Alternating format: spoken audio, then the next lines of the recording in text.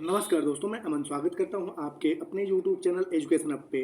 यह संविधान से संबंधित पहला क्लास है और आज के इस क्लास में हम देखेंगे गैर संवैधानिक निकाय क्या हैं, किसे कहते हैं और किस प्रकार से बनाए जाते हैं और साथ ही साथ जितने भी हम गैर संवैधानिक निकायों को पढ़ेंगे उनसे संबंधित प्रश्नोत्तर को भी हम देखेंगे। तो अगर अभी भी आपने चैनल को सब्सक्राइब नहीं किया है तो चैनल को सब्सक्राइब अवश्य कर लें। तो यहाँ पे बढ़ते हैं गैर संवैधानिक निकायों पे। तो सबसे पहले जानते हैं कुछ प्रमुख गैर संवैधानिक निकाय क्या हैं और किस प्रकार से बनाए जाते हैं और वह निकाय कौन कौन से हैं। तो सबसे पहले आता है कि शासन से संबंधित ऐसी संस्था या निकाय जिनका उल्लेख संविधान में नहीं है उन्हें गैर संवैधानिक निकाय कहा जाता है। यानी कि जैसे हम लोग पढ़ते हैं कुल 395 आर्टिकल हैं, कुल 25 भाग हैं, इनमें कहीं पर भी इनका उल्लेख जो हमारे संविधान में है वहाँ पर नहीं किया गया है, उस प्रकार की संस्थाओं को हम लोग गैर संवैधानिक निकाय कहते हैं। अब ये चीज़ हुआ कि ये तो गैर संवैधानिक निकाय है। अब यह बनता किस प्रकार से है, तो यहाँ पे होता है कि गैर संवैधानिक निकाय जो होती हैं उनको दो श्रेणियों में रखा जाता है। एक ऐसे गैर संवैधानिक निकाय जिनका गठन विधायिका के अधिनियमों के अनुसार, विधायिका का मतलब होता है कि लोकसभा प्लस राज्यसभा प्लस राष्ट्रपति के अनुमोदन के द्वारा, ठीक है, वह बनता है, उसे हम लोग संविधिक यानी कि स्टैट्यूटरी बॉडी के नाम से जाना जाता है। ठीक है, तो जिसमें लोकसभा, राज्यसभा और राष्ट्रपति के अधिनियमों के द्वारा यानी कि विधायिका की सहायता से जो निकाय बनता है उसको हम लोग संविधिक निकाय के नाम से जानते हैं। और दूसरा होता है आपका कि ऐसे गैर संवैधानिक निकाय जिनका गठन विधायिका के अधिनियमों से तो नहीं हुआ है बल्कि सिर्फ कार्यपालिका के संकल्प से हुआ है, उसे हम लोग गैर सांविधिक निकाय के नाम से जानते हैं। तो ये आपका हुआ कि किस प्रकार से आपका सांविधिक निकाय बनता है और किस प्रकार से गैर सांविधिक निकाय बनता है और किसे हम लोग गैर संवैधानिक निकाय के नाम से जानते हैं। तो यह दोनों के दोनों जो होते हैं वह गैर संवैधानिक निकायों के अनुसार आते हैं। जिसमें विधायिका पार्टिसिपेट करते उसे सांविधिक निकाय कहते हैं और जिसमें कार्यपालिका पार्टिसिपेट करते उसे हम लोग गैर सांविधिक निकाय के नाम से जानते हैं। अब आगे जानते हैं इसके बारे में। तो यहाँ पे होता है कि कुछ प्रमुख सांविधिक निकाय, सांविधिक निकाय का मतलब कि जिसमें लोकसभा, यहाँ पे राज्यसभा, लोकसभा और राष्ट्रपति के पार्टिसिपेट यानी कि विधायिका के पार्टिसिपेट के द्वारा जो बनता है उसको हम लोग सांविधिक निकाय के नाम से जानते हैं। तो सांविधिक निकाय में कौन कौन आते हैं? राष्ट्रीय मानवाधिकार आयोग आता है, राष्ट्रीय महिला आयोग आता है, राष्ट्रीय अल्पसंख्यक आयोग आता है, केंद्रीय सतर्कता आयोग आता है और केंद्रीय सूचना आयोग आदि जो सारे के सारे आते हैं वो सांविधिक निकाय के अंतर्गत आते हैं। और दूसरा होता है आपका कि गैर सांविधिक निकाय जिसमें केवल कार्यपालिका पार्टिसिपेट करती है, कार्यपालिका के पार्टिसिपेट के द्वारा जो बनाया जाता है उससे हम लोग गैर सांविधिक निकाय के नाम से जानते हैं। और इसमें कौन कौन से आते हैं? तो नीति आयोग आता है, राष्ट्रीय विकास परिषद आता है और भारत का विधि आयोग आता है। तो आज की इस क्लास में हम देखेंगे जो है कि आज के इस क्लास में हम लोग चर्चा करेंगे राष्ट्रीय मानवाधिकार आयोग के बारे में कि किस प्रकार से राष्ट्रीय मानवाधिकार आयोग बनाया जाता है और इसके कार्य क्या होते हैं और इसका गठन कब किया गया था और इसमें कौन कौन सदस्य होते हैं। तो चलिए बढ़ते हैं यहाँ पर। तो यहाँ पे सबसे पहले जानते हैं राष्ट्रीय मानवाधिकार आयोग के बारे में। तो राष्ट्रीय मानवाधिकार आयोग का जो गठन है वह 12 अक्टूबर साल 1993 में मानवाधिकार संरक्षण अधिनियम 1993 के तहत किया गया था। अब अगर आपसे पूछा जाए कि किस अधिनियम के तहत किया गया था तो मानवाधिकार संरक्षण अधिनियम कब किया गया था? तो 12 अक्टूबर साल 1993 में।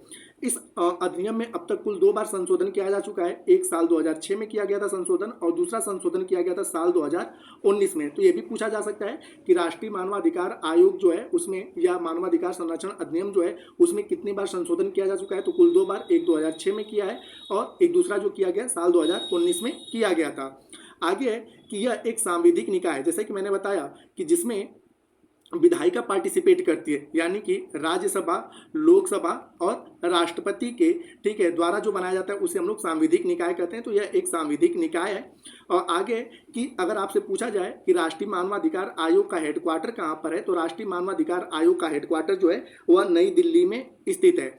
अब यहाँ पे होता है कि राष्ट्रीय मानवाधिकार आयोग के गठन का उद्देश्य क्या था? तो इसका उद्देश्य था कि मानवाधिकार संरक्षण के प्रयासों को सशक्त, पूर्व, निष्पक्ष बनाना है और यह आयोग सिर्फ उन्हीं मामलों की जांच करता है जिन्हें घटित हुए कम से कम 1 वर्ष का समय हुआ हो। मतलब कि कम से कम 1 वर्ष, अधिक से अधिक कुछ भी हो सकता है। ठीक है, तो यहाँ पे क्वेश्चन बन सकता है कि जो मानवाधिकार आयोग है किस प्रकार के मामलों की जांच करता है। तो जो मामले कम से कम 1 वर्ष को पूरे कर चुके हैं, अधिक से अधिक या 30 वर्ष 40 वर्ष हो सकता है, लेकिन 1 वर्ष से कम नहीं होना चाहिए। ठीक है, यानी कि 6 महीने का अगर कोई मामला रहेगा तो उसको शायद ही आपने हाथ नहीं, या 1 महीने का मामला है तो उसको हाथ नहीं लगाएगी। तो कम से कम 1 वर्ष का समय और अधिक से अधिक कितने भी वर्ष का समय हो, उसमें वो क्या कहता है कि मानवाधिकार के संरक्षण के प्रयासों को सशक्त, पूर्व और निष्पक्ष बनाता है कि इसे अभी तक न्याय क्यों नहीं मिला, आखिर में किस प्रकार की इसमें देरी हो रही है। तो इस प्रकार के उद्देश्यों के लिए मानवाधिकार आयोग का गठन किया गया था।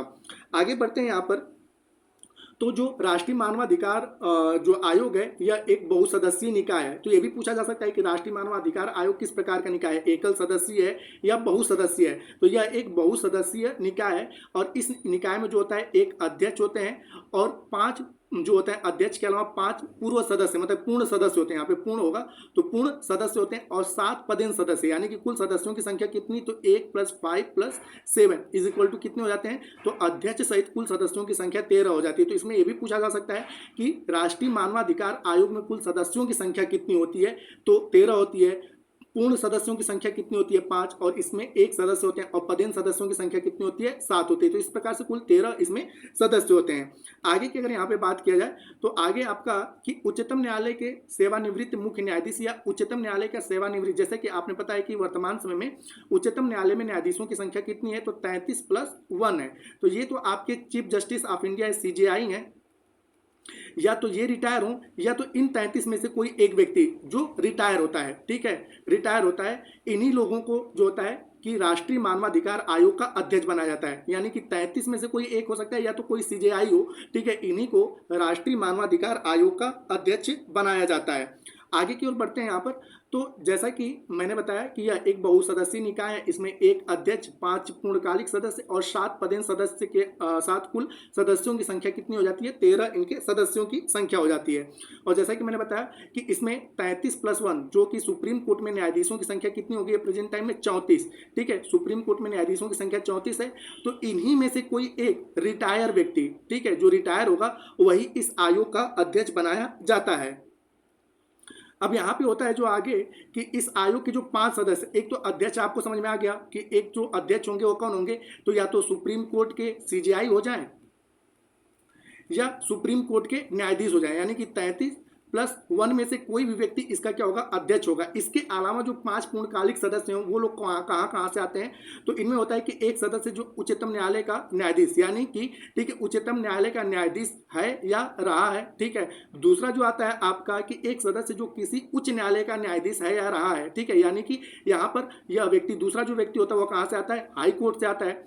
उसके बाद 3 अन्य जो सदस्य होते हैं, इनके बारे में कि जो 3 अन्य सदस्य होते हैं उनमें से मतलब कि 3 सदस्य जो अन्य बचते हैं 5 में से, ठीक है, तो उनमें से मतलब कम से कम एक महिला का होना अनिवार्य है। ठीक है, 2 सदस्य तो ये हुए हैं, लेकिन जो 3 सदस्य होते हैं इनमें से एक महिला का होना अनिवार्य है और उन्हें किससे संबंधित जानकारी होनी चाहिए, तो मानवाधिकारों से संबंधित विषयों का उन्हें अनुभव होना चाहिए। यानी कि एक सुप्रीम कोर्ट का व्यक्ति हो गया, ठीक है, दूसरा हाई कोर्ट का व्यक्ति हो गया और तीसरा ऐसे व्यक्ति जिसे, ठीक है, ह्यूमन राइट्स के बारे में, ठीक है, ह्यूमन राइट्स के बारे में जानकारी होनी चाहिए। ये 3 व्यक्ति, और इनमें से एक पर्सन जो है कम से कम महिला होनी चाहिए। अधिक से अधिक तीनों हो सकती हैं, लेकिन कम से कम एक इसमें से महिला होनी चाहिए। तो ये 5 सदस्यों के बारे में रहा। तो इस प्रकार से 1 + 5 6 हो गए। बाकी के 7 सदस्यों को देखते हैं यहाँ पर। तो राष्ट्रीय मानवाधिकार आयोग जो होता है उपयुक्त पूर्णकालिक सदस्य मतलब सदस्यों के अलावा 7 अन्य पदेन सदस्य होते हैं। जैसा कि आपसे अगर पूछ लिया जाए कि पूर्णकालिक सदस्यों की संख्या कितनी होती है, तो 5 पूर्णकालिक सदस्य होते हैं जो कि यहाँ से आते हैं। इनके अलावा जो होते हैं 7 पदेन सदस्य होते हैं। अब ये 7 पदेन सदस्य कहाँ से आते हैं, इनके बारे में अपन जानते हैं। तो राष्ट्रीय मानवाधिकार के आयोग के जो 7 पदेन सदस्य होते हैं, तो उनमें होता है कि एक जो होगा वह राष्ट्रीय अल्पसंख्यक आयोग का अध्यक्ष होगा। दूसरा जो व्यक्ति होगा वह राष्ट्रीय अनुसूचित जाति आयोग का अध्यक्ष होगा। तीसरा जो व्यक्ति होगा वह राष्ट्रीय अनुसूचित जनजाति आयोग का अध्यक्ष होंगे। चौथे जो होंगे वह होंगे राष्ट्रीय महिला आयोग के अध्यक्ष होंगे। 5वें होंगे कि राष्ट्रीय पिछड़ा वर्ग आयोग के अध्यक्ष होंगे। छठे जो व्यक्ति होंगे वह राष्ट्रीय बाल सुरक्षा आयोग के अध्यक्ष होंगे तथा सातवां जो व्यक्ति होगा मुक्त आयुक्त, यानी कि विकलांगता मामले के जो होंगे वह मुक्त आयुक्त। तो ये कुल आपके पदेन सदस्य।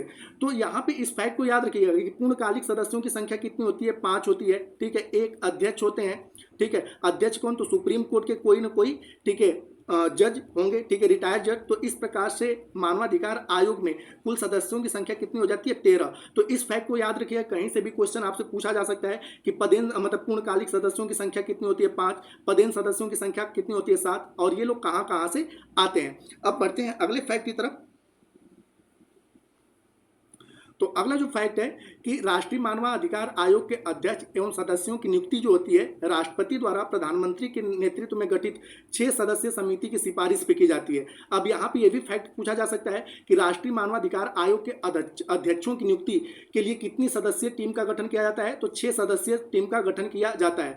और यहाँ पर किसके नेतृत्व में गठन होता है, प्रधानमंत्री के। और इनमें कौन कौन पार्टिसिपेट करते हैं, तो इन 6 सदस्यीय टीम में क्या होता है, एक प्रधानमंत्री होंगे, लोकसभा के अध्यक्ष होंगे, राज्यसभा के उपसभापति होंगे, उसके बाद लोकसभा के विपक्ष के नेता होंगे और राज्यसभा के विपक्ष के नेता और केंद्रीय मंत्री। मतलब एक प्रधानमंत्री, दूसरे लोकसभा के अध्यक्ष, तीसरे जो होंगे वह राज्यसभा के उपसभापति, चौथे व्यक्ति जो होंगे वह लोकसभा के विपक्ष के नेता होंगे, पांचवें जो व्यक्ति होंगे वह राज्यसभा के विपक्ष के नेता होंगे और छठे जो व्यक्ति होंगे वह केंद्रीय गृह मंत्री होंगे।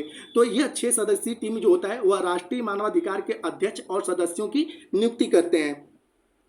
अब यहाँ पे इनके कार्यकाल की बात कर लिया जाए तो राष्ट्रीय मानवाधिकार के आयोग के अध्यक्ष और सदस्यों का कार्यकाल कितने का होता है, तो 3 साल का होता है या 70 साल का, जो पहले पूरा हो जाए, या तो 3 साल पहले पूरा हो जाए या तो 70 साल जो पहले पूरा हो जाए, इनका यह कार्यकाल होता है। अब यहाँ पे आगे की बात आती है कि मानवाधिकार संरक्षण अधिनियम 1993 के तहत राष्ट्रीय मानवाधिकार आयोग के साथ ही राज्य मानवाधिकार आयोगों के गठन का भी उपबंध है। तो हालांकि इस क्लास में हम लोग केवल राष्ट्रीय मानवाधिकार आयोग के बारे में पढ़ेंगे, राज्य मानवाधिकार आयोग के बारे में अगला जो वीडियो रहेगा उसमें हम लोग राज्य मानवाधिकार आयोग के बारे में पढ़ेंगे। तो अगर आपसे पूछा, ये भी पूछा सकता है कि राज्य मानवाधिकार अधिनियम, ठीक है, या आयोग, राज्य मानवाधिकार आयोग का गठन किस अधिनियम के तहत किया गया है, तो राज्य मानवाधिकार आयोग का भी गठन मानवाधिकार संरक्षण अधिनियम 1993 के तहत ही किया गया है।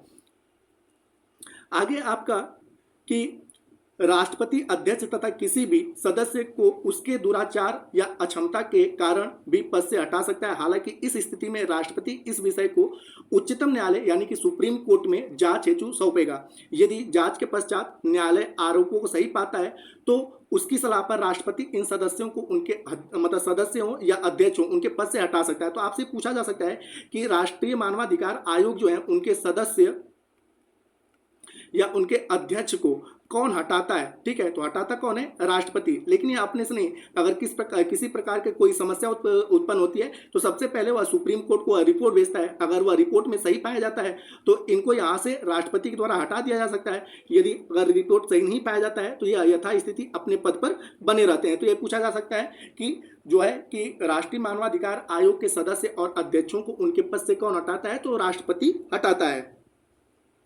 आगे आपका कि आयोग के अध्यक्ष व सदस्यों का वेतन भत्ता व अन्य सेवा शर्तों का निर्धारण केंद्रीय सरकार के द्वारा किया जाता है। अब यहाँ पे कि आप देख सकते हैं यह राष्ट्रीय मानवाधिकार आयोग का लोगो है और इसका जो आदर्श वाक्य है, कई बार एग्जाम में वर्तमान समय में आदर्श वाक्य भी पूछा जाता है, तो सर्वे भवन्तु सुखिनः, ठीक है, सर्वे भवन्तु सुखिनः जो है इसका आदर्श वाक्य है। और इसका मुख्यालय जैसा कि मैंने बताया कि नई दिल्ली में है। वर्तमान समय में 8वें क्रम के अध्यक्ष जो है राष्ट्रीय मानवाधिकार के वो है न्यायमूर्ति अरुण कुमार मिश्रा और वर्तमान समय में राष्ट्रीय मानवाधिकार आयोग के जो महासचिव हैं वह जयदीप गोविंद है। ठीक है, तो इस फैक्ट को आप याद रखिएगा। साथ ही साथ यहाँ पे हम ये जान लेते हैं कि पहले राष्ट्रीय मानवाधिकार आयोग के अध्यक्ष कौन थे। तो पहले राष्ट्रीय मानवाधिकार आयोग के अध्यक्ष न्यायमूर्ति रंगनाथ मिश्रा थे, जिनका कार्यकाल 12 अक्टूबर 1993 से 24 नवंबर 1996 तक रहा। और वर्तमान समय में जो कि 8वें क्रम के न्यायमूर्ति अरुण कुमार मिश्रा जो हैं, यह वर्तमान समय में राष्ट्रीय मानवाधिकार आयोग के अध्यक्ष हैं और इनका कार्यकाल शुरू होता है 2 जून साल 2021 से और वर्तमान समय तक इनका कार्यकाल जारी है। तो दोस्तों यह राष्ट्रीय मानवाधिकार आयोग से संबंधित, ठीक है, डिटेल रहा। अब जानते हैं इसके क्वेश्चन और आंसर के बारे में। तो सबसे पहले है कि राष्ट्रीय मानवाधिकार आयोग एक वैधानिक निकाय है, संवैधानिक निकाय है, बहुपक्षीय संस्था है या ए और सी दोनों है। तो यहाँ पे हम कह सकते हैं कि यह एक वैधानिक का मतलब होता है संविधिक, ठीक है, संविधिक जिसको विधि के द्वारा बनाया गया हो। ठीक है, विधि के द्वारा बनाया गया हो। और मैंने पहले ही बताया कि विधि का मतलब कि जिसमें विधायिका पार्टिसिपेट करती है। और विधायिका में कौन कौन आते हैं, तो राज्यसभा प्लस लोकसभा प्लस राष्ट्रपति। तो ये एक आपका क्या है कि संविधिक, ठीक है, निकाय है, यानी कि वैधानिक निकाय है, और साथ ही साथ बहुपक्षीय संस्था है, क्योंकि मैंने बताया कि इसमें जो है कि यह कई सारे पक्षों को, ठीक है, बहुपक्षीय और बहुसदस्यीय दोनों है, ठीक है, क्योंकि यह केवल एक पक्ष को नहीं, मानव के हित के लिए जितने भी पक्ष होते हैं उनको यह ध्यान में रखती है। और मैंने बताया था कम से कम मामला को 1 साल हुए होंगे, ठीक है, तो कम से कम 1 साल और अधिक से अधिक कितने भी साल हो, लेकिन उस मामले को कम से कम 1 साल हुए रहते हैं, तभी मानवाधिकार आयोग के पास वह मामला जाता है। तो इस प्रकार से सही आंसर होता है आपका डी, कि ए और डी दोनों यहां पर स्टेटमेंट सही हैं। जैसा कि इसके डिटेल के बारे में जानते हैं कि राष्ट्रीय मानवाधिकार आयोग एक वैधानिक निकाय है जिसका गठन संसद में पारित अधिनियम द्वारा किया गया था। भारत का राष्ट्रीय मानवाधिकार आयोग एक वैधानिक सार्वजनिक निकाय है। इसका गठन 28 सितंबर 1993 के मानवाधिकार संरक्षण अध्यादेश के तहत 12 अक्टूबर साल 1993 में किया गया था। और वर्तमान समय में इसमें एक स्पीकर, 4 और 5 सदस्य शामिल है, इसलिए यह एक बहुपक्षीय संस्था है, ठीक है। यहाँ पे सॉरी 4 नहीं, यहाँ पर 5 सदस्य शामिल होंगे, ठीक है। स्पीकर का मतलब कि एक अध्यक्ष और 5 पूर्णकालिक सदस्य और 7 जो होते हैं पदेन सदस्य होते हैं, इसलिए यह क्या है आपकी बहुपक्षीय संस्था है, क्योंकि विभिन्न सारे पक्षों से ये लोग आते हैं।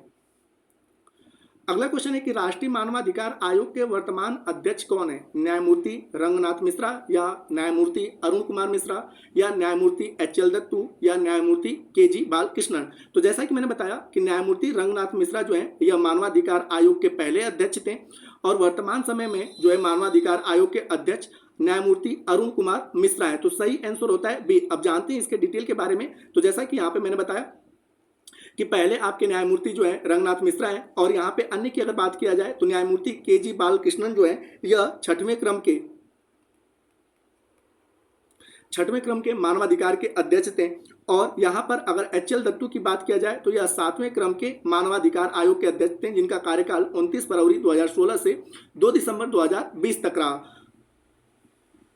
अगला क्वेश्चन है कि राष्ट्रीय मानवाधिकार आयोग का अध्यक्ष किसे नियुक्त किया जा सकता है, सर्वोच्च न्यायालय का कोई भी कार्यरत न्यायाधीश या सर्वोच्च न्यायालय का कोई सेवानिवृत्त मुख्य न्यायाधीश या राष्ट्रपति के द्वारा नियुक्त कोई भी व्यक्ति या किसी भी उच्च न्यायालय के सेवानिवृत्त मुख्य न्यायाधीश। तो जैसा कि मैंने बताया कि राष्ट्रीय मानवाधिकार आयोग के जो अध्यक्ष की नियुक्ति होती है वह सुप्रीम कोर्ट का कोई भी सेवानिवृत्त मुख्य न्यायाधीश यानी कि 33+1 में से कोई भी एक होना चाहिए, लेकिन वह कार्यरत नहीं, कैसा होना चाहिए, रिटायर होना चाहिए। तो इस व्यक्ति को जो होता है वह राष्ट्रीय मानवाधिकार आयोग का अध्यक्ष नियुक्त किया जाता है। तो यहाँ पर सही आंसर होता है बी, यानी कि ख।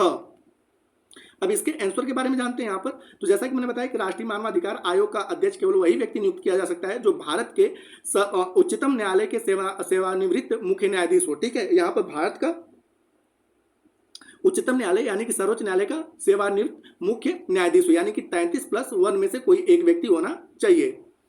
अगला क्वेश्चन है कि राष्ट्रीय मानवाधिकार आयोग के बारे में निम्नलिखित में से कौन सा कथन सही नहीं है। पहला कह रहा है कि इसकी स्थापना साल 1993 में हुई थी, जो कि बिल्कुल आपका सही है।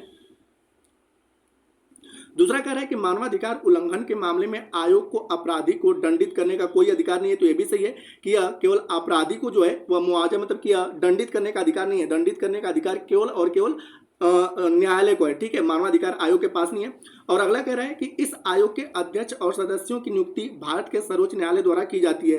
तो यह गलत है, क्योंकि मैंने बताया था कि इस आयोग में जो होता है अध्यक्ष और सदस्यों की नियुक्ति जो होती है वह राष्ट्रपति के सलाह पर प्रधानमंत्री के द्वारा 6 सदस्यीय टीम का गठन किया जाता है, और वे लोग, ठीक है, इस आयोग के अध्यक्ष और सदस्यों को नियुक्त करते हैं। और अगला कह रहा है कि आयोग अपनी वार्षिक रिपोर्ट केंद्र और राज्य सरकारों को भेजता है। तो यह भी फैक्ट आपका सही है। तो यहाँ पर पूछा है कि कौन सा सही नहीं है, तो सही आंसर होता है आपका ग वाला सही नहीं है। अब इसके बारे में जान लेते हैं। तो जैसा कि मैंने बताया कि राष्ट्रीय मानवाधिकार आयोग और अध्यक्षों की और सदस्यों की नियुक्ति अकेले राष्ट्रपति द्वारा नहीं बल्कि प्रधानमंत्री की अध्यक्षता में 6 सदस्यीय समिति के द्वारा किया जाता है। अगला है कि राष्ट्रीय मानवाधिकार आयोग के अध्यक्ष का कार्यकाल कितने वर्ष का होता है, 5 साल या 62 वर्ष या 5 साल या 65 वर्ष, 6 साल या 65 वर्ष, 3 साल या 70 वर्ष की आयु तक। तो मैंने बताया कि राष्ट्रीय मानवाधिकार के अध्यक्ष हो या सदस्य हो, इनका कार्यकाल कितने वर्ष का होता है, तो 3 साल या 70 वर्ष की आयु तक होता है, जो पहले पूरा हो जाए। तो इस प्रकार से सही आंसर होता है आपका घ। यानी कि डी। अब इसके बारे में जान लेते हैं। तो जैसा कि आप मैंने बताया कि इनके सदस्यों का कार्यकाल 3 वर्ष या 70 वर्ष, जो पहले पूरा हो जाए वह आपका इनका कार्यकाल होता है। अगला क्वेश्चन है कि राष्ट्रीय मानवाधिकार आयोग के अध्यक्ष की नियुक्ति के लिए गठित निम्नलिखित में से कौन शामिल नहीं है?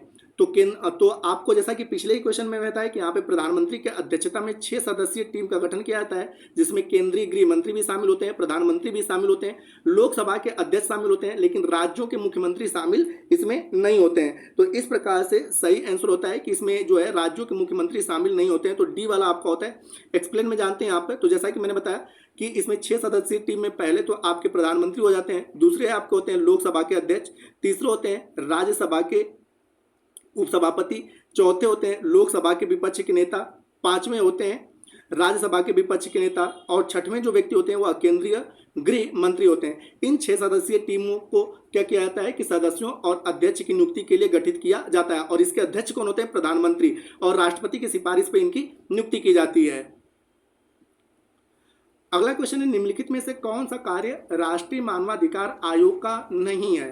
पहला कह रहा है आपका कि न्यायालय में लंबित किसी भी मानवाधिकार उल्लंघन मामले से संबंधित कार्यवाही में हस्तक्षेप करना। तो यह बिल्कुल आपका सही है कि यहाँ पे राष्ट्रीय मानवाधिकार आयोग का गठन इसलिए किया गया था। दूसरा कह रहा है कि कैदियों के मानवाधिकारों की रक्षा करना, यह भी सही है। तीसरा कह रहा है कि किसी भी मानवाधिकार उल्लंघन पीड़ित को आर्थिक मुआवजा प्रदान करना, तो यह नहीं है, यह केवल न्याय दिलाता है, मुआवजा प्रदान करने का कार्य इसका नहीं है। और चौथा कह रहा है कि मानवाधिकार के क्षेत्र में अनुसंधान को बढ़ावा देना, तो यह भी इसका कार्य होता है। तो यहाँ पे सही नहीं कौन सा? तो आपका सी वाला यानी कि ग सही नहीं है, बाकी सारे के सारे सही हैं। एक्सप्लेन में भी यही है कि राष्ट्रीय मानवाधिकार आयोग को न तो मानवाधिकार उल्लंघन के दोषी को दंडित करने का अधिकार है, नहीं पीड़ित को आर्थिक सहायता देने का अधिकार है। तो यहाँ पे दंडित करना भी अगर आपका रहे तो वो भी क्या हो जाएगा? गलत, क्योंकि यह केवल और केवल, ठीक है, यह न्याय दिलाता है, ठीक है, न कि किसी को दंड देने का कार्य करता है, नहीं आर्थिक मुआवजा देने का कार्य करता है। अगला क्वेश्चन है कि राष्ट्रीय मानवाधिकार आयोग का मुख्यालय कहाँ पर है? दिल्ली में, मुंबई में, अहमदाबाद में या कोलकाता में? तो जैसा कि मैंने बताया कि राष्ट्रीय मानवाधिकार आयोग का मुख्यालय जो है वह दिल्ली में है, तो सही आंसर होता है क। और एक्सप्लेन में भी वही है कि इसका मुख्यालय नई दिल्ली में यानी कि दिल्ली में है। अगला क्वेश्चन है निम्नलिखित में से किसे कभी भी राष्ट्रीय मानवाधिकार आयोग का अध्यक्ष नहीं नियुक्त किया गया? न्यायमूर्ति के.जी. बालकृष्णन, या न्यायमूर्ति एस. राजेंद्र बाबू, या न्यायमूर्ति ए.एस. आनंद, या न्यायमूर्ति पी. सदाशिवम? तो यहाँ पर सही आंसर होता है कि न्यायमूर्ति पी. सदाशिवम को कभी भी राष्ट्रीय मानवाधिकार आयोग का अध्यक्ष नहीं नियुक्त किया गया। अब यहाँ पे इनकी बात किया जाए तो न्यायमूर्ति ए.एस. आनंद जो है यह राष्ट्रीय मानवाधिकार के चौथे अध्यक्ष थे। न्यायमूर्ति एस. राजेंद्र बाबू की अगर बात किया जाए तो न्यायमूर्ति एस. राजेंद्र बाबू जो थे यह 5वें क्रम के राष्ट्रीय मानवाधिकार के अध्यक्ष थे।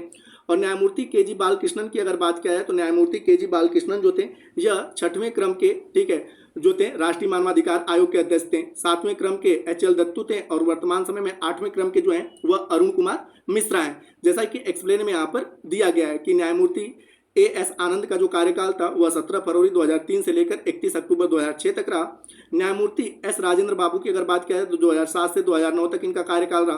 के.जी. बालकृष्णन की बात किया जाए तो 2010 से 2015 तक। 7वें क्रम में एच.एल. दत्तू आते हैं, और 8वें क्रम में आपके वर्तमान समय तक बने हुए हैं अरुण कुमार मिश्रा, जो कि साल 2021 से वर्तमान समय तक इस पद पर बने हुए हैं। इस सेशन का अंतिम क्वेश्चन है कि राष्ट्रीय मानवाधिकार आयोग अधिनियम में कब परिवर्तन किए गए? साल 2001 में, साल 1999 में, साल 2006 में, या साल 2016 में? तो जैसा कि मैंने बताया कि राष्ट्रीय मानवाधिकार अधिनियम जो बना था साल 1993 में बना था, और इसमें 2 बार संशोधन किया गया। एक किया गया साल 2006 में, और दूसरा संशोधन किया गया था साल 2019 में, ठीक है। तो इस प्रकार से आपका सही आंसर होता है सी, कि इसमें संशोधन जो है वह साल 2006 में किया गया था। जैसा कि यहाँ पे एक्सप्लेन में देख सकते हैं कि इसमें 2 बार संशोधन किया गया, एक साल 2006 में और एक साल 2019 में। तो दोस्तों यह राष्ट्रीय मानवाधिकार से संबंधित आपका वीडियो रहा। अगला जो वीडियो रहेगा वह स्टेट मानवाधिकार यानी कि राज्य मानवाधिकार आयोग से संबंधित रहेगा, और अन्य कुछ संविधिक निकाय से संबंधित आपका डिटेल रहेगा, और उससे संबंधित क्वेश्चन आंसर रहेंगे। उम्मीद करता हूं कि आपको यह वीडियो पसंद आया होगा। वीडियो पसंद आया तो वीडियो को लाइक करें, कमेंट करें तथा अपने दोस्तों के साथ शेयर करें, और चैनल पर नए हैं तो चैनल को सब्सक्राइब अवश्य करें, तथा इस पीडीएफ के लिए आप हमारे टेलीग्राम से जुड़ सकते हैं, जिसका लिंक वीडियो के डिस्क्रिप्शन में दिया हुआ है। तो वीडियो के अंत तक बने रहने के लिए धन्यवाद। मिलते हैं जल्दी नेक्स्ट वीडियो में।